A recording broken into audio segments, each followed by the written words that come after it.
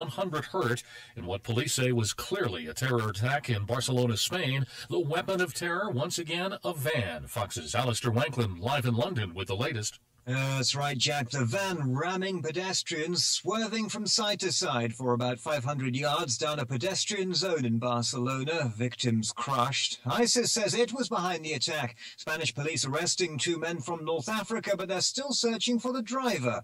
The city of Barcelona will mark 3 days of mourning from Friday. This the latest in a spate of vehicle attacks here in Europe. Just over a year ago, more than 80 people died in Nice, France. Attackers also struck pedestrians in Berlin and here in London. Jack? Thanks, Alistair. Spain's prime minister saying a short time ago it is clearly a jihadist attack. While ISIS has claimed responsibility, it is not clear if the Islamic State group actually played an active role in the attack. President Trump reacting through social media. In his tweet, President Trump says the U.S. condemns the terror attack and will do whatever is necessary to help. As Chief of Staff John Kelly keeps the president abreast of changes, the Departments of State and Homeland Security are actively keeping tabs on any new developments. Fox's Gernal Scott with the president in New Jersey. New York City Police says it's deploying its strategic response group to popular areas around the city out of an abundance of caution. The police department says there are no known active threats. Washington edgy, a safety perimeter has been set up around a van parked outside the terminal at Washington's Dulles International Airport after a canine alerted on it. A police robot now inspecting that van. An early sell-off on Wall Street hastened by the terror attack in Spain, pushing the Dow 274 points lower today, 21,750. Fox News, fair and balanced. Relying on monitoring your credit and bank statements to protect your identity? Here we are, as an innocent zebra scans the sea of tall grass. That's like being an unsuspecting animal at the watering hole. The zebra doesn't spot the stealthy lion and his big white teeth. By just monitoring your credit, you could miss a hidden threat, like someone getting a loan in your name, or someone feasting on your 401k. The lion leaps, and it doesn't look good for the zebra. With LifeLock, you can see more. We detect a range of identity threats, even your info being for sale on the dark web. Have a problem? One of our US-based specialists will work to fix it. Of course, no one can prevent all identity theft or monitor all transactions at all businesses, but we'll help you see more of what's trying to sneak up on you. Join for 10% off. Head to lifelock.com and enter promo code NEWS. LifeLock. More detection, more protection. The opinions expressed on this show are those of the participants, the hosts, the guests, and the callers, and do not necessarily reflect the opinions and views of Southern Stone Communications, WNDB Radio, its employees, and friends. Comments regarding WNDB's programming can be addressed to D. Lang at DaytonaRadio.com. Live from Daytona Beach, Florida, bringing a voice to America's forgotten working class, speaking the truth for the America that Washington left behind, making America great again, 1 hour at a time. This is Trump Talk Live, where we the people have the right voice, presented by the Republican Party of Volusia County. Here now are your hosts for this episode, Vic Baker and Joe Fieldus.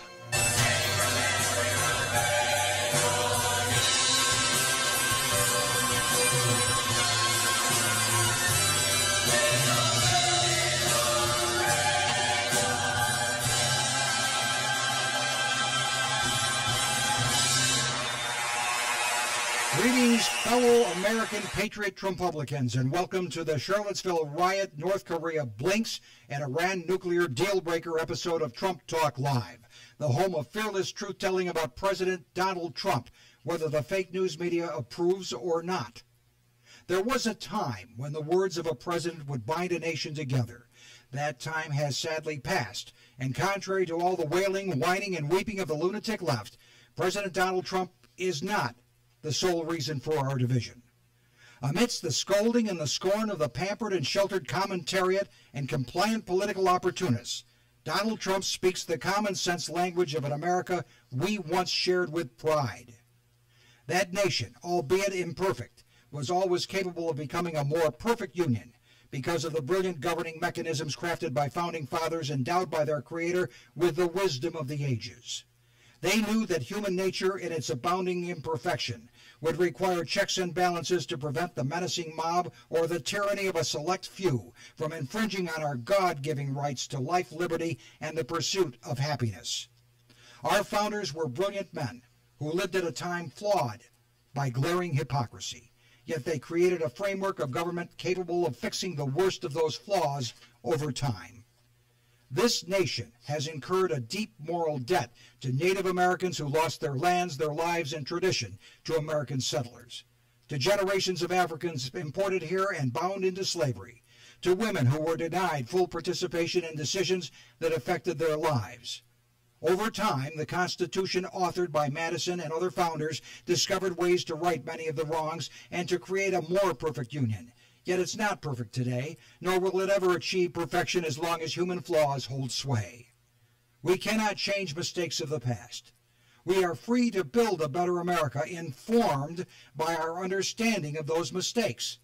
That's all the more reason why we should not seek to erase the historical record that stands to illuminate current and future generations to a more noble path. But alas, instead of a nation of pioneers, innovators, and leaders, we are becoming a land of victims, grievance holders, and finger pointers. President Donald Trump said these words on August 12th, the day of the Charlottesville riot. We condemn in the strongest possible terms this egregious display of hatred, bigotry, and violence on many sides. On many sides. It's been going on for a long time in our country. Not Donald Trump, not Barack Obama. This has been going on for a long, long time. It has no place in America. What is vital now is a swift restoration of law and order and the protection of innocent lives. I just got off the phone with the governor of Virginia, Terry McAuliffe, and we agreed that the hate and the division must stop, and must stop right now. We have to come together as Americans with love for our nation and true affection, really, and I say this so strongly, true affection for each other. Those words were appropriate, but because they came from President Trump, the statement was found wanting by his harshest critics and their willing accomplices. They cried, where was the specific condemnation of extreme right neo-Nazis or KKK members involved in the riot? How dare he draw a moral equivalency with the violence committed by the hard left?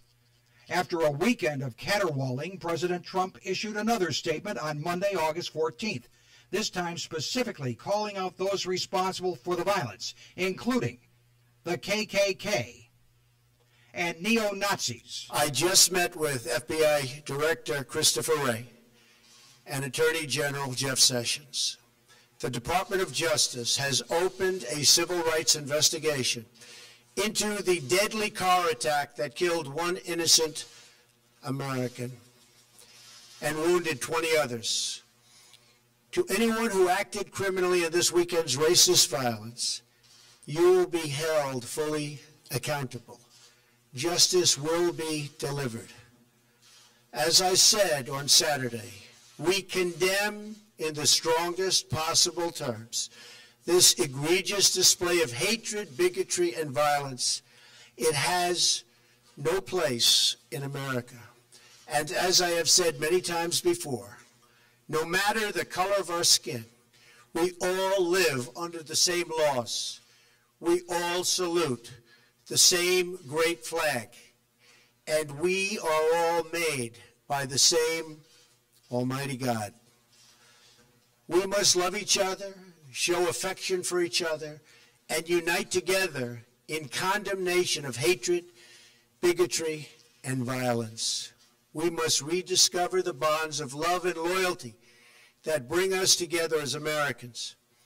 Racism is evil, and those who cause violence in its name are criminals and thugs, including the KKK, neo-Nazis, white supremacists, and other hate groups that are repugnant to everything we hold dear as Americans.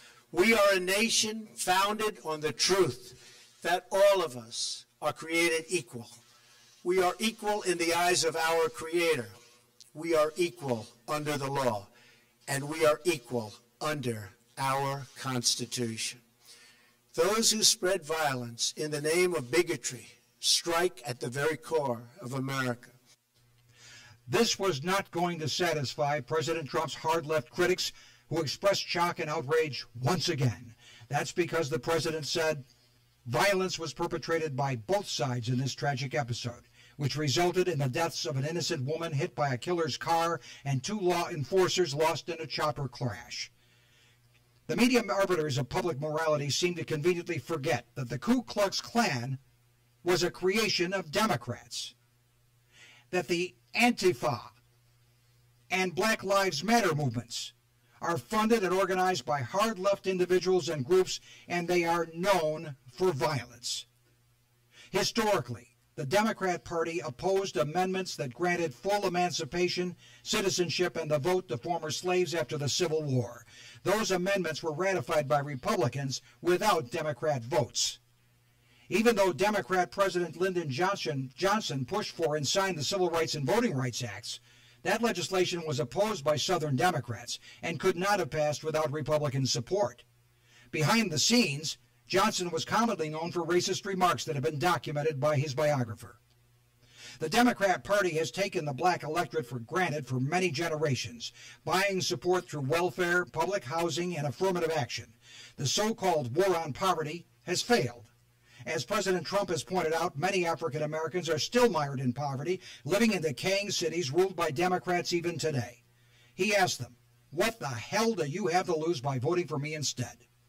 The president tried to hold a Trump Tower news conference Tuesday, August 15th, to discuss his plan to expedite the rebuilding of America by cutting red tape. That infrastructure plan includes a heavy focus on rebuilding the infrastructure of America's dying inner cities. Instead, he was confronted with red-faced rage from a media mob intent on devouring him in a feeding frenzy of moral indignation. The president presented them with the absurdity of their holdings. Which statue goes next, he asked. What about George Washington, our nation's founder? He was a slave owner. How about Thomas Jefferson, the author of the Declaration of Independence? The president was prophetic. A day later, a Chicago pastor petitioned Mayor Rahm Emanuel to remove a statue of George Washington from public view. What's next on the hit list? Mount Rushmore? The Taliban and ISIS would be proud of our new Orwellian American urge to purge. The loony left media are devoted to the utter destruction of our 45th president. Their relentless daily inventions of Russian collusion delusions, North Korean warmongering, race baiting, historical revision, and identity politics have prevented the true story of the Trump presidency from emerging. Weak-kneed Republicans like Mitt Romney, John McCain, Lindsey Graham, and the never-Trumpers are quick to pile on, sensing that they would be trampled by the rabid PC herd unless they join the stampede. What they're not telling you is that Donald Trump's presidency is succeeding in spite of all these rampaging media narratives. Our laws are being enforced. Our border is more secure. Bullies like North Korea are backing down. ISIS is in retreat. NATO nations are starting to pay their fair share for common defense. The stock market is at record highs. Consumer confidence, business growth, jobs, and economic optimism are on the rise. Worker participation is at record levels. Food stamp use is down. The chokehold of government regulation is easing. America is becoming energy independent. You won't hear much of this from the so-called mainstream media. CBS devoted its entire Tuesday evening news to the Trump news conference, smackdown with reporters. Nothing about infrastructure, tax reform, 1 million new jobs since January, or the fact that Donald Trump is the first president in modern times to make North Korea back away from the brink. When he warned Kim Jong-un of fire and fury, the critics called him a warmonger maniac. Yet Kim backed down. When he used his constitutional authority to limit immigration, they called him a racist, yet our nation is more secure. When he called on the Muslim world to lower the boom on terrorists, they scoffed, yet Muslim nations are embracing his call to drive them out. When he stood tall in Warsaw and called on nations to stand for Western civilization against radical Islamic terrorists, skeptics scoffed, yet his words echoed those of Ronald Reagan in Berlin when he called on Gorbachev to tear down this wall. When he withdrew from the Paris Climate Accord, they called him a reckless man and predicted global doom, but he spoke a truth that others would not dare. The accord was a global scam intended to rob the United States of its prosperity and sovereignty. Donald Trump is a leader who speaks plain and obvious common sense truth to those who have been indoctrinated to believe a Marxist, leftist, extremist narrative that seeks to erase all our founding anchors, values, and cherished American traditions. Donald Trump is not a racist, but he is also not willing to fall prey to a politically correct narrative that seeks to outlaw free speech unless it's sanctioned by the left and its media propagandists. Alveda King, the niece of the Reverend Dr. Martin Luther King, has credibility to speak on this issue. She came to the president's defense. I was very inspired. My uncle, Dr. Martin Luther King Jr., once said, "We must all learn to live together as brothers," and I add, as sisters, or perish as fools. Here in the 21st century, President Trump was actually following something that I learned in the King family legacy in the 20th century, in the 1960s. Get your facts. Educate your public. Examine your own heart. Negotiate. And then if you have to peacefully protest, do that. And then you will get to nonviolent, peaceful reconciliation. So he was right when he made his first remarks. He said, ceasefire, stop all the violence, just stop it. And then he examined all the facts, and he began to point out where the evil is, and it still is seated in violence. So he's very correct with that. And he has continued to say, no matter what color our skin is, our blood is red. Americans need to work, to have money to deal with their spiritual lives, their social lives, and to learn to love and respect each other. So his points are right on as far as I'm concerned. So where you find the alt-right, for example, with the Ku Klux Klan and everybody, we know that on the alt-left, Black Lives Matter, they throw firebombs and curse people out and do all that kind of thing too. So if you've got two groups yelling and cursing and inciting everybody to be at unrest, somebody has to say what President Trump is saying. Cease fire. Think. And we have to pray as well. And when we pray, God answers from heaven. So I believe President Trump has remained on track from day one. America, get a grip. You are losing sight of what really matters. Individual freedom, respect for free speech, tolerance for differing viewpoints, and a commitment to achieve a United States of America as that shining, sitting on a hill, a beacon of hope for those who seek liberty and the right to pursue happiness in the land of the free and the home of the brave. Shout out to Duncan DeMarche tonight, president of the outstanding Volusia County Teenage Republicans, handling our graphics for the Facebook and YouTube live webcast with assistance from Malcolm Swaggerty. I'm Vic Baker, hosting Trump Talk Live tonight with 2016 Volusia Trump-Pence campaign chair Joe Fieldus, filling in for Volusia County Republican Chairman Tony Ledbetter. That was a mouthful, Joe. Very powerful stuff, Vic. Well done. The main complaint seems to be that the president's Saturday statement condemning the violence did not say the words white supremacist. Of course, when he extended his comments on Monday, it was deemed too little too late. Then Tuesday, Trump took on the media pack, told the plain truth, and set their hair on fire. So what we have going on now is a calculated political event, the kind of hysteria that keeps the president's enemies, they're eager to keep feeding it. The hypocrisy of this brouhaha is as cynical as it gets. When a far worse event happened on November 5th, 2009, President Obama very deliberately refused to say what happened, until some 6 years later, when he finally admitted that the Fort Hood massacre was in fact an act of terrorism. Here's a news account dated December 7th, 2015. More than 6 years after a Muslim Army major shot dead 13 people at Fort Hood, President Obama, for what may be the first time, publicly identified it as a terrorist attack. He did it during his primetime Oval Office address on the threat of terrorism in the wake of the attack in San Bernardino, California. Obama had long shied away from calling Major Nadal Malik Hassan killing of 13 people at Fort Hood, Texas, an act of terrorism. In fact, it was the deadliest attack on U.S. soil since 9/11, until San Bernardino. He also had the Pentagon categorize the Fort Hood murders as workplace violence. In a presidential proclamation honoring the victims, Obama referred only to the tragic events at Fort Hood. And when he delivered a eulogy at the base only days later, he did not use the word terrorist. None of this upset the media. There was criticism from many people at the time, but it was quickly tamped down, and we were all told to move along. Folks, we helped Donald Trump win the most brutal campaign in history. We all worked sun to sun and into the night to get her done. No one is quitting now.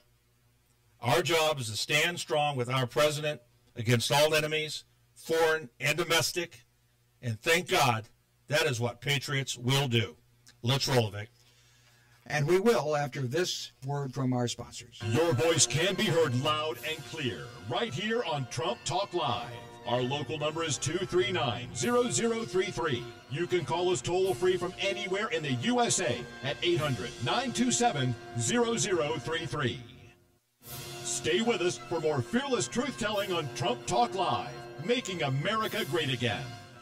Feeling stuck in a state of compensation stagnation? You know, another year with no raise. Then let State Farm agent Sonia Mori in DeLand help you get to a better state with a discount double check that can stretch your hard-earned dollars a little farther. Sonia will go through your car insurance to make sure you're getting all the discounts you deserve. Discounts that could add up to 40% and put a few hundred extra dollars in your pocket. Sound good? Then get your budget to a better state by calling State Farm agent Sonia Mori in DeLand today. Discounts may vary state to state. A true Floridian destination awaits you at the River Grill. Kick back on the Tomoka River and savor fresh Florida fare while you sip handmade cocktails on the spacious multi-level outdoor deck. The menu offers mouth-watering appetizers, fresh seafood, and sizzling steaks. Looking for late-night fun? You'll want to visit Three Toed Pete's, where you can enjoy a wide array of libations and a tasty menu. Great food, great people, and a great location. The River Grill, 950 U.S. Highway 1 in Ormond Beach. Visit rivergrill.net to learn more today.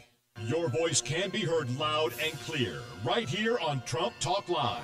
Our local number is 239-0033. You can call us toll-free from anywhere in the USA at 800-927-0033. Welcome back. We kind of gave you an earful in the first segment, which went a little long. We're going to move right along.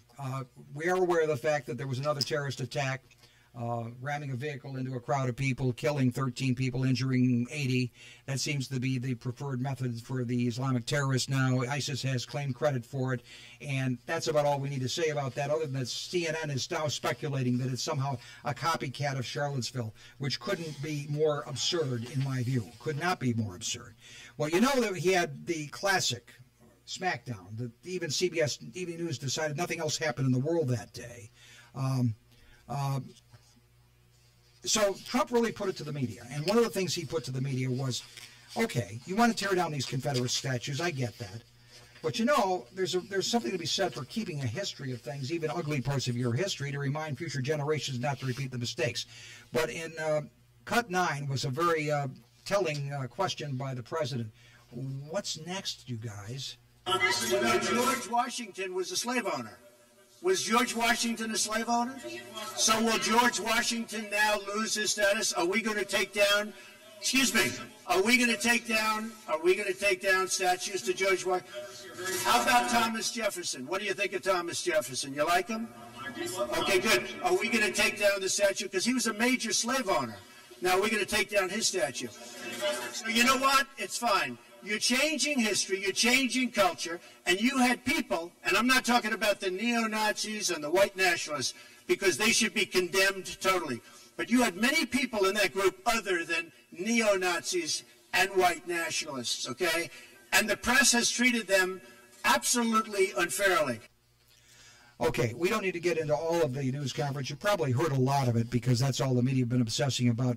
But you know, the president was prophetic. He said, is George Washington next? Well, you know what happened? Within 24 hours, a pastor in Chicago petitioned Mayor Rahm Emanuel to tear down take down George Washington's statue in a public place. George Washington, the man who was on the $1 bill. The father of our country. The father of our country, the man who won the Revolutionary War, the esteemed president who won twice without any opposition. Yes, he was a slave owner. Most of the prominent men of that day were. But then, of course, today, what happens is the Reverend Al Sharpton, a pillar of integrity. Al Sharpton. Vic, Al Sharpton called for the Jefferson Memorial, which I'm sure a lot of you have been here. It's a beautiful memorial. He called it a personal affront akin to subsidizing insults towards his family. So Rush Limbaugh asked a question, and this is a quote. I'd like to ask a question about this. For those of you on the left, you want to tear down the statues of Robert E. Lee. You want to tear down now the Jefferson Memorial, if you're Al Sharpton. But you want to get rid of all these monuments that have been erected to people and events in our history tied to the Civil War, which you find horribly, horribly offensive, and you want to get rid of all vestiges. Well, at what point are you going to realize that you will have to disband the Democrat Party? If you're going to really succeed and follow through to get the end of this mission, you've got to get rid of the Democrat Party. The Klan was all Democrats, and the segregationists in the South were all Democrats. I guarantee you they haven't thought this far. We're dealing with hip, deep, unhinged irrationality that has the full-fledged support of the American media, which remains the organizing power today that projects the power of the American left and to the world. And to give you an idea how unhinged this is, a Democrat congressman has introduced articles of impeachment against President Trump because of the comments he's made about Charlottesville. Could you be any more absurd than that? No. There's nothing the president has said other than common sense, the fact that it was not, you can't have a fight with only one side fighting. There were two sides at that event.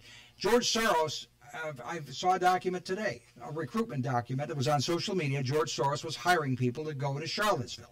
So you tell me that there weren't people with baseball bats on the left-hand side provoking this. I'm not saying that white supremacists or Nazis are good people or KKK.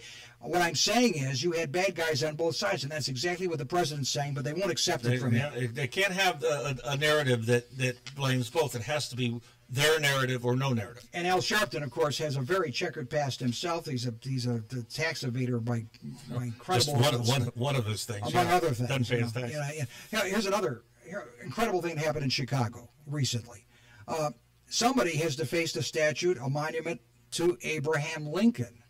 Now, last time I checked, Abraham Lincoln was not a slaveholder. He did say he was more interested in holding the Union together than abolishing slavery, but in effect, in order to save the Union, he wound up setting the stage for the abolition of slavery anyway. And of course, his party, the Republican Party, was adamantly against slavery. So, to going after Abraham Lincoln, I mean, Washington was a slave owner, but he was a man of the time. They were all slave owners. They've vandalized the Lincoln Memorial. Somebody did just this week. See, this is an anti-American hysteria. It's not just a racial hysteria. The left is promoting an anti-American agenda, and this goes across the board. It doesn't really matter as long as it's something to do with America, they're going to be against it. They won't take yes for an answer. Jeff Sessions, the Attorney General, who comes from the Deep South, he's declared that this Charlottesville incident with the car was an act of domestic terrorism. He's not shying away from it. He's going to prosecute, but I can tell you this.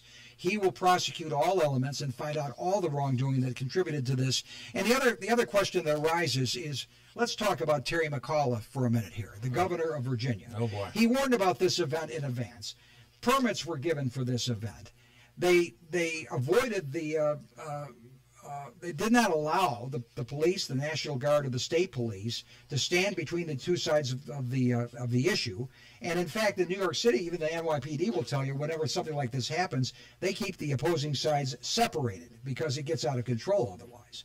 You cannot, and of course, Terry McAuliffe's been called out as a liar by the state police because he said a number of things. For one thing, he said they had stashed weapons around the city to use against the other side. That's not true.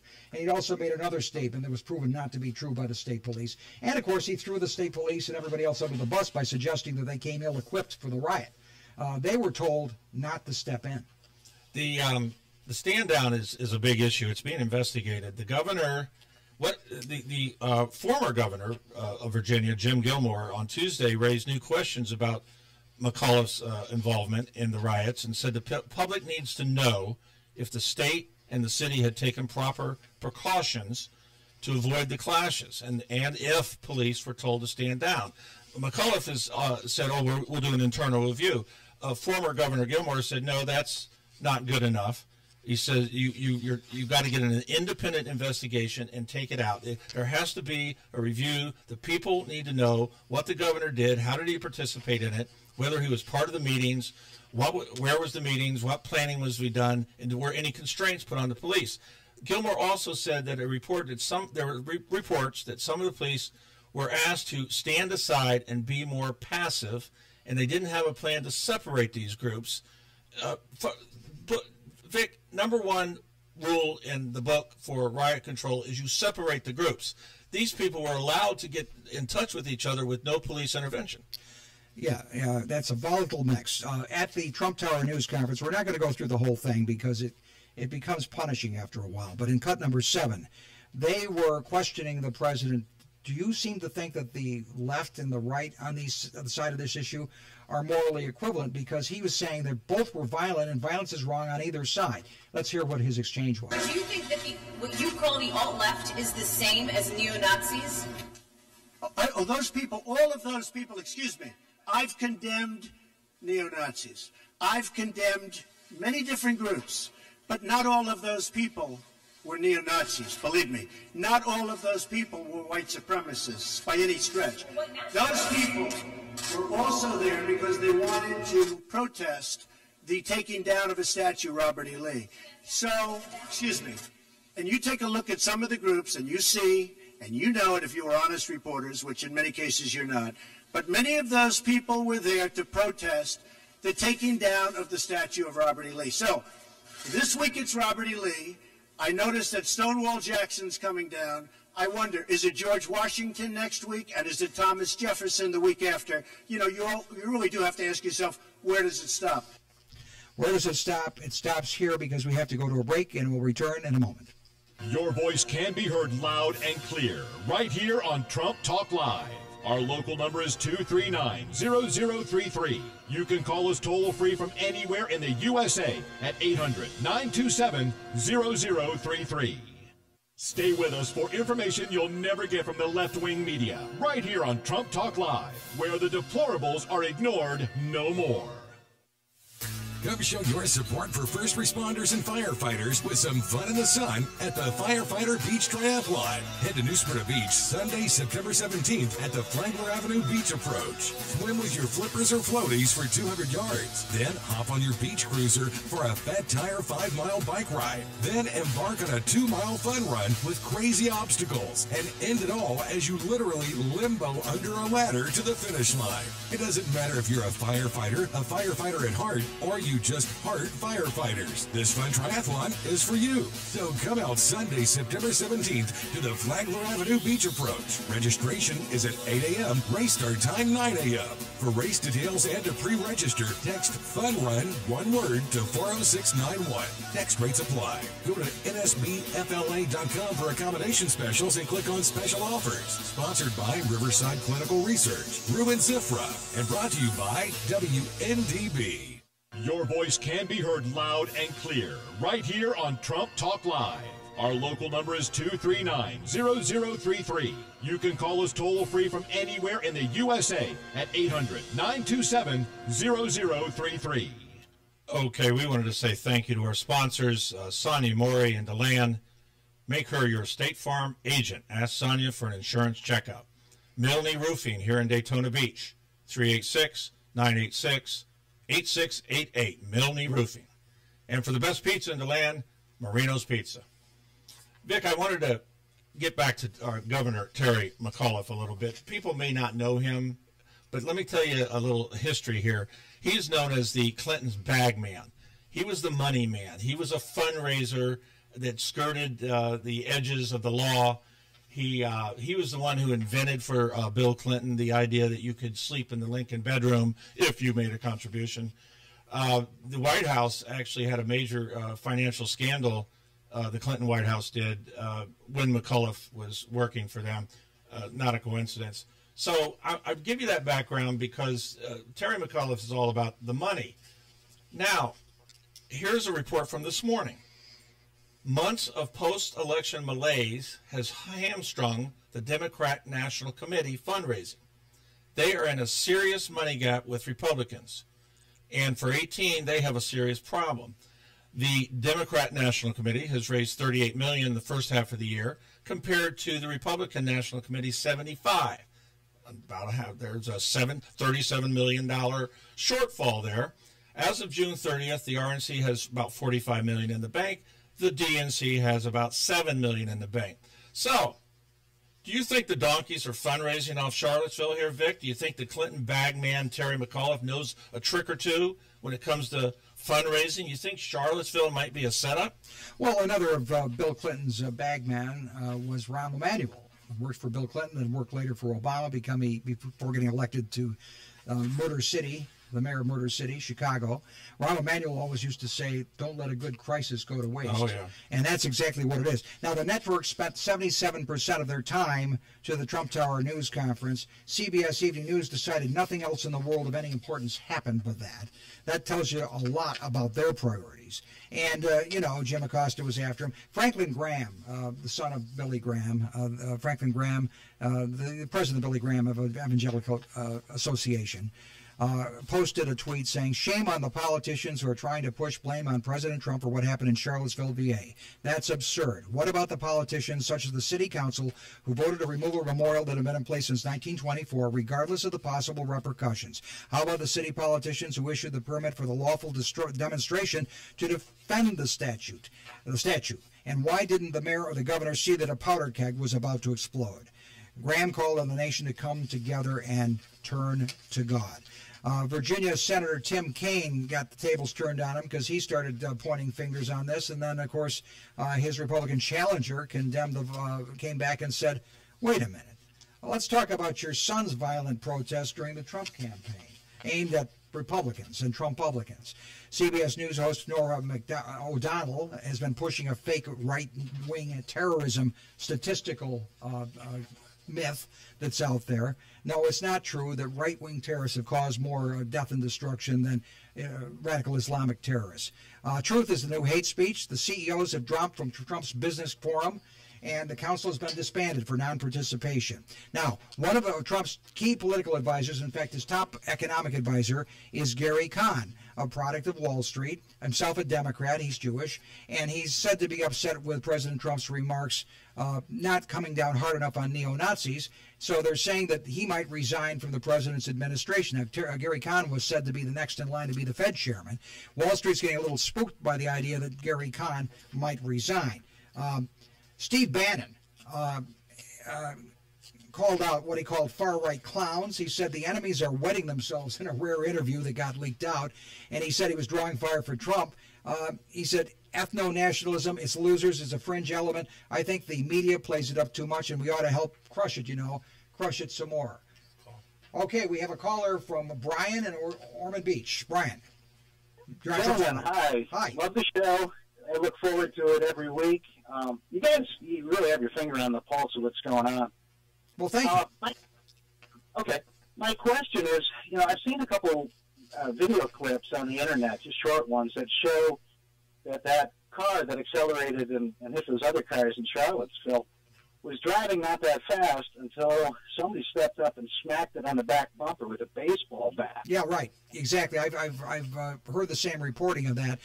We know that, of course, in that mob, there were people swinging bats and clubs and other weapons on both sides. Nobody was blameless. But absolutely, he may have been spooked.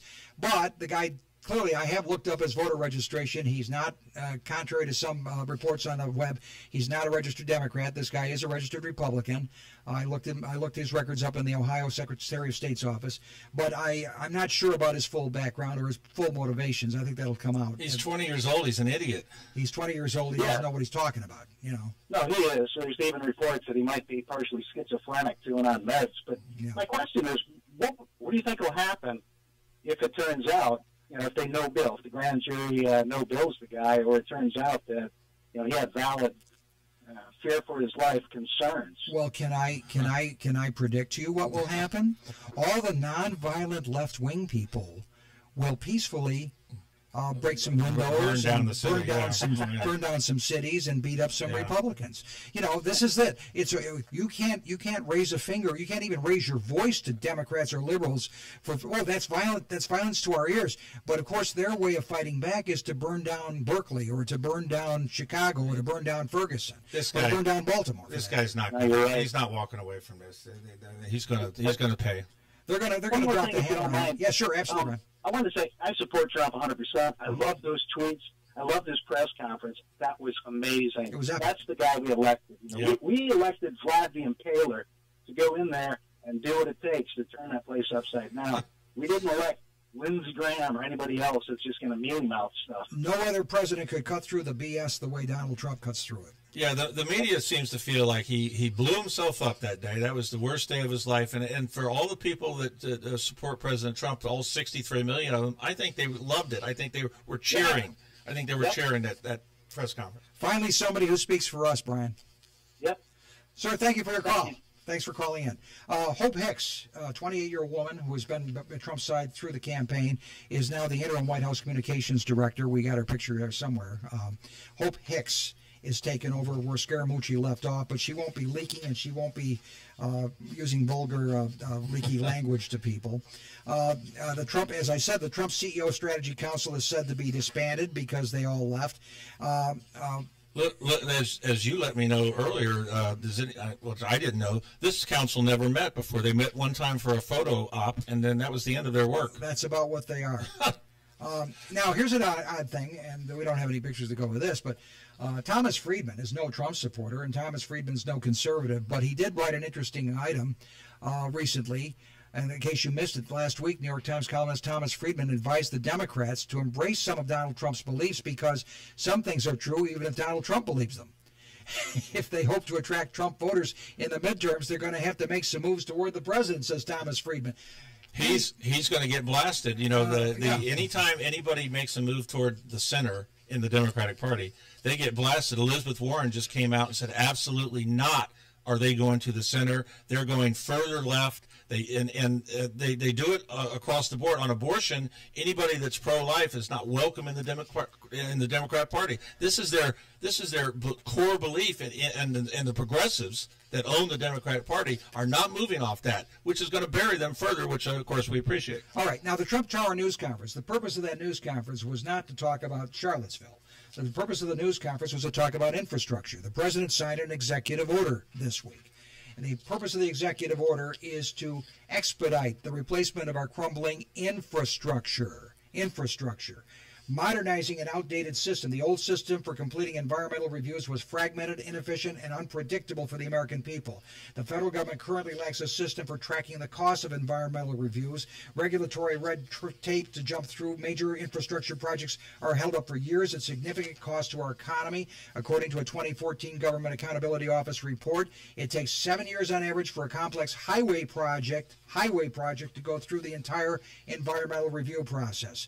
Actually, Joe, I developed a $10 million housing project up near Buffalo. It took us 7 or 8 years from start to finish. According to the National Association of Environmental Professionals, a single agency can take 3.7 to 5 years on average to complete an environmental review. So what's he going to do about that? The president, on Tuesday, signed an executive order establishing discipline and accountability in the environmental review and permitting process for infrastructure. The executive order will make the environmental and permitting processes needed for major infrastructure projects more efficient and effective. Rather than allow for a patchwork of agencies, this implements a one federal decision policy under which a lead federal agency will work with other relevant federal agencies to complete the environmental reviews, expedited approval needed for major projects. Each agency will sign a joint record of decision, and all required federal permits will be issued within 90 days. Was this he had a 20-year time frame that he reduced down to 2 years? That's correct. On average, that can happen. There are some projects. There was one project cited to him in, I think, Delaware. That was it took 20 years. Now, imagine the jobs that this infrastructure project will create for everyone. And all these people that need work, this will be a fabulous thing. Well, has anybody noticed something? Remember when the president rolled out his tax reform proposal, 15%, 10%, 25% for individuals, and bring down the corporate rate from the highest in the world to 15% or so, getting rid of a lot of these loopholes and deductions. And he said, we will count on robust economic growth to result from this at a pace we guess of around 3%, which we think is modest. They said, oh, you're pie in the sky. That could never be. Well, it's true that during most presidencies, 3% economic GDP was considered pretty normal. And during the entire 8 years of Barack Obama, we never once achieved 3% GDP. Guess what the Federal Reserve of Atlanta, has predicted the third quarter will turn out with in economic growth? Well, I know the answer, but go ahead. Let's look at the chart, shall we? We've got the chart up. 3.7% GDP growth for the third quarter. The rate of economic growth, the single greatest determinant factor of both America's strength as a nation and well-being of the American people. Barack Obama was the only U.S. president in history who did not achieve a single year of 3% or above economic growth. Less than 2% growth in his years in office. And assuming the rate of growth that Trump has started because of all his deregulation and business-friendly policies, energy-friendly policies, tax-friendly policies, the Congress has a job ahead of them, because when they come back from their long vacation, their 5-week vacation, they better get that tax reform taken care of, or there will be hell to pay with the voters. I'm predicting that we're headed for a government shutdown, Vic. I'm throwing that out there right now. They're not going to agree on a budget. They're going to shut it down, and of course they're going to blame the Republican Party, which when they shut it down when the Democrats were in the White House and everything, the fault was the Republican Party. Now the Democrats are going to be the ones that won't agree to anything, but the fault will still be the Republican Party. They'll blame Trump. They'll blame Trump. But guess what? Trump is not Mitt Romney, and he's not John McCain, and he's not going to take it lying down. We have more Trump Talk Live for you, the final segment ahead after these messages. Your voice can be heard loud and clear right here on Trump Talk Live. Our local number is 239-0033. You can call us toll-free from anywhere in the USA at 800-927-0033. Stay tuned as we peel away those layers of liberal hypocrisy right here on Trump Talk Live, where the deplorables are ignored no more.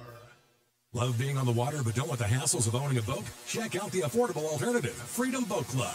Get unlimited access to a fleet of center consoles, bow riders, deck boats, and pontoons. Just show up, get on the boat, and go. No cleaning, no maintenance, no storage. Just hassle-free fun. Freedom Boat Club in Daytona, New Smyrna, and Palm Coast. Join and enjoy unlimited boating at all 3 locations. Plus, Freedom Boat Club has over 100 locations in 21 states and Canada. They even sponsor exciting and fun social events, including trips to the Bahamas, Tomoka River trips, wine tastings, member parties, and more. Most of their current members are previous boat owners who say they're on the water about 5 times more than they used to be, because 100% of your time is spent enjoying the boat, not cleaning and repairing it. Call Sam for special pricing and to find out more about how to join the nation's oldest and largest boat club. Call 386-295-3696 or visit freedomboatclub.com. Don't miss the open house at the Daytona location August 19th from 11 a.m. to 3 p.m. with specials at all Freedom Boat Club locations. Your voice can be heard loud and clear right here on Trump Talk Live. Our local number is 239-0033. You can call us toll-free from anywhere in the USA at 800-927-0033. We're back. We have a few items to clean up for you because we talked so much about the big items at the beginning. We wanted to keep you up to date on things. You know that the Alabama special election primary was held on the 15th, Tuesday, amid all that Trump Tower nonsense was going on. I don't think the media told you that the two front runners in that runoff election are going to be Luther Strange, the incumbent, who was appointed to replace Jeff Sessions, and Judge Roy Moore, very popular, who got 40%. Strange got about 30%. So the prediction is, with all the other candidates out of the field, Judge Moore will be the next senator from Alabama. And Trump did endorse Strange, oddly enough, but they're both going to be for Trump. They both would be for Trump, so it won't matter. And Moore is a populist all the way through. Now, talk about Joe Manchin, West Virginia senator. He's the last man standing in West Virginia who's a Democrat in statewide office, and it would seem now that they're dangling the Secretary of Energy job in Manchin's face now. And if they do that, then that takes him out of West Virginia, and the now Republican Governor Jim Justice can appoint a Republican to that seat. That's a beautiful move. But he might might as well take it. The progressives hate him in the Democratic Party, and they're going to run him out anyway. He might as well take the job. He's a man without a party almost, so he might as well just take that low-hanging fruit. And just to mention, Rudy Giuliani, our hero, America's mayor, has been hospitalized. He took a fall. He used to be a baseball catcher in his younger days. He's got a bad knee. It caved in on him, and he took a fall. He had to have some surgery. Speaking of surgery and medical issues, the president signed the VA Choice Act. It was overwhelmingly approved by bipartisan Congress. Gives veterans the choice of going to different facilities. It's going to expand vastly the number of facilities, expand the options for veterans. And the president had this comment about what veterans really need that this bill will fulfill in Cut 3. This bill will ensure that veterans continue to have the ability to see the doctor of their choice, so important, and don't have to wait or travel long distances for care. And during the campaign, I kept talking about it. People, these great, incredible veterans are finest. They're waiting on line for 7 days, 9 days, 14 days for ailments that could be fixed quickly, and they end up dying of things that could be taken care of very, very routinely. And I said, that's never going to happen when I'm president. President Trump on helping our veterans. Dr. David Shulkin is doing an amazing job turning the VA around. Now, North Korea, remember that idiot over in Pyongyang threatening to lob some ICBMs, maybe with nuclear warheads at Guam, that tourist mecca, and also home of American air facilities, a nuclear missile. Well, you remember what President Trump said when that kind of threat came down the pike? Here's what he said. North Korea best not make any more threats to the United States. They will be met with fire and fury like the world has never seen. He has been very threatening beyond a normal statement. And as I said, they will be met with fire, fury, and frankly power, the likes of which this world has never seen before. Vic, that gave a lot of Democrats the vapors. What actually happened here? Oh, they all wet their pants. Are you kidding me?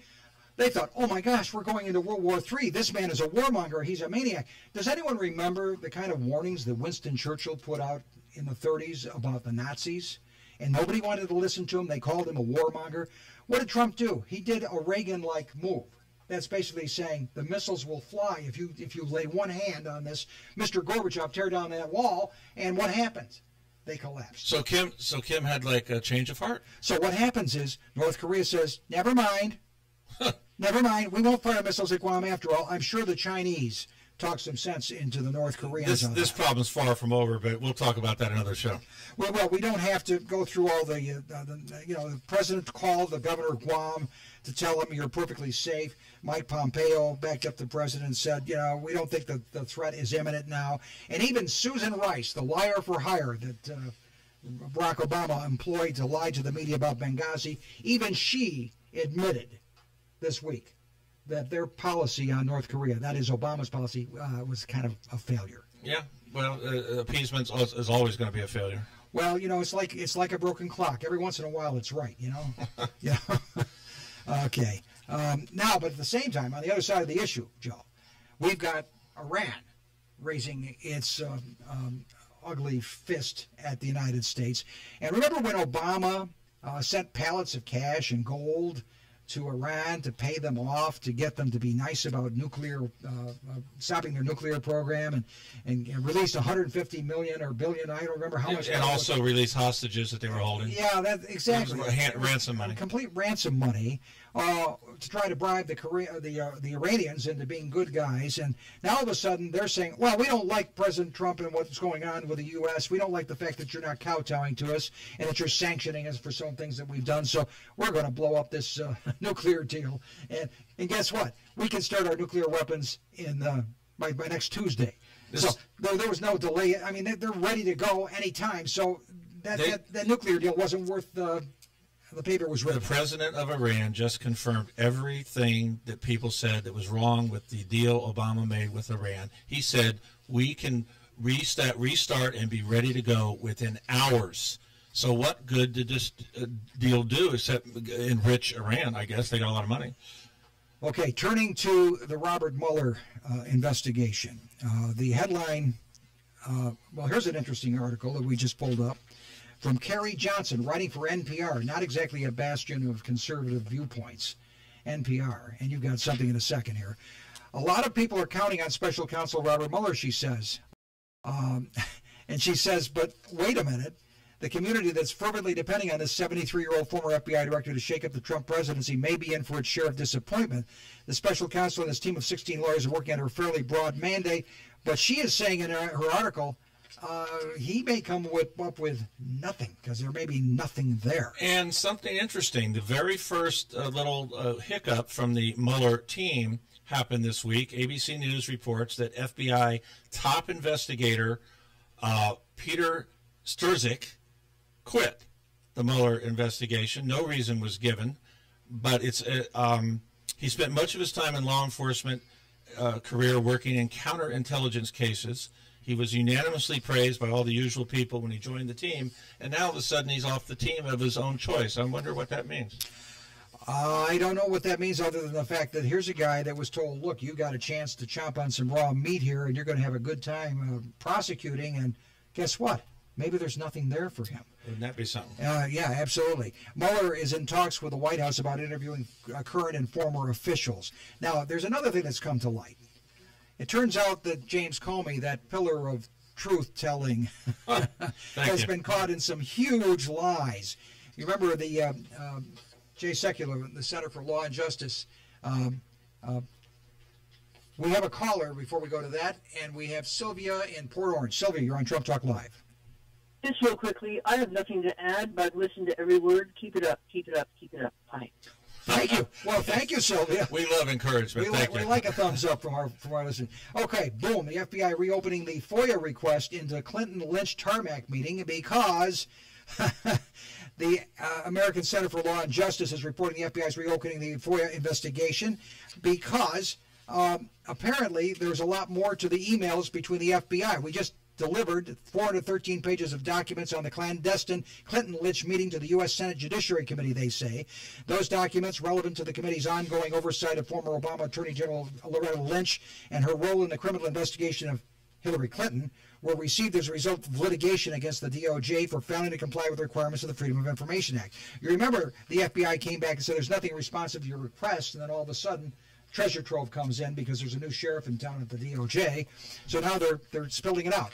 We're running out of time. One quick thing since we're running out of time. One thing you've noticed, folks, not much Russia this week. And one thing that happened, the Washington Post threw out an article about emails that showed in March of 2016, Russia had no interest to the Trump campaign. The emails prove it. Washington Post put that out. As for the so-called Russian collusion delusion, Dana Rohrabacher, he's in the graphics list, has met with Julian Assange at the Ecuadorian Embassy in London, and Assange has spilled the beans and said he'll deliver this information directly to Congress if they give him a deal to avoid prosecution in the United States. Wow. To prove that there is no Russian connection whatsoever, this thing was a leak from within the DNC, and more than likely Seth Rich was the source of the information. It's all going to come to light. We thank you for joining us on Trump Talk Live. This has been an epic episode. We are so thankful that you watch us on Facebook or YouTube Live, and you can listen to us, the podcast. You can get on iTunes or Google Play. So see you next week.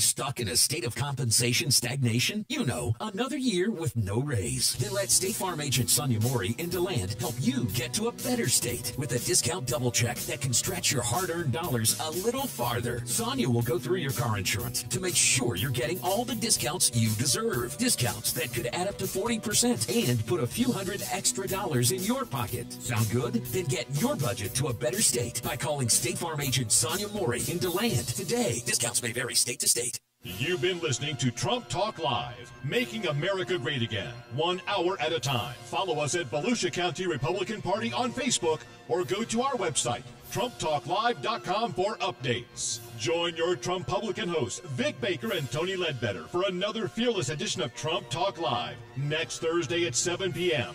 right here on WNDB 1150 AM and 93.5 FM. Trump Talk Live is presented each week by the Republican Party of Volusia County, where we the people have the right voice when it comes to defending America's founding values. In God we trust. In America, we believe. The Republican Executive Committee of Volusia County is responsible for the content of this advertising. News Talk, FM 93.5, AM 1150, WNDB Daytona Beach. Proud to be locally owned.